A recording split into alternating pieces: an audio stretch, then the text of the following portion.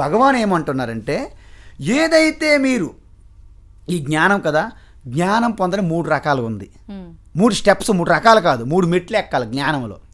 First వినాలి శ్రద్ధగా, దీర్ఘకాలం పాటు గురువు అనేవారు చెప్పినప్పుడు, శాస్త్ర ప్రకారం చెప్పినప్పుడు శ్రద్ధగా క్రమం తప్పకుండా దీర్ఘకాలం పాటు ఒక గురువు దగ్గర వినాలి. దాన్ని శ్రవణము అంటారు. అప్పుడు మీకు అజ్ఞానం పోతుంది. కానీ కొన్ని డౌట్స్ ఉంటాయి, సంశయాలు ఉంటాయి.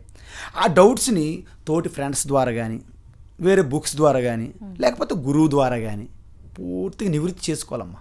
అప్పుడు మీరు ఏంటంటే మీరు జ్ఞానులు అవుతారు. అంటే పర్ఫెక్ట్ ప్రజ్ఞావాన్, ప్రజ్ఞావతి. మీకు నాలెడ్జ్ ఉంది, బట్ నాలెడ్జ్ ఏంటి, అవసరమైన ఉపయోగపడట్లే. జ్ఞానం అయితే ఉంది. చాలా జ్ఞానవంతులు కూడా చాలా ఇబ్బందులు పడుతుంటారు. మీరు వినండి, కోపం అవుతుంటారు. ఈ జ్ఞానం అంటాడు, పండితుడు అంటాడు, ఇంత కోపం అనిపిస్తుంది మీకు. అంటే అర్థం ఏంటంటే వారిలో ప్రజ్ఞ ఉంది, కానీ వారికి అవసరమైనప్పుడు ఉపయోగపడట్లేదు. దీన్నే కర్ణ విద్య అంటారు. ఏ విద్య అంటారు? కర్ణుడు విద్య. కర్ణుడు మొత్తం అర్జునుడికి ఉన్నంత ఇది సమానం కర్ణుడికి ఉంటుంది, కానీ యుద్ధంలో మాత్రం పనికిరాదు.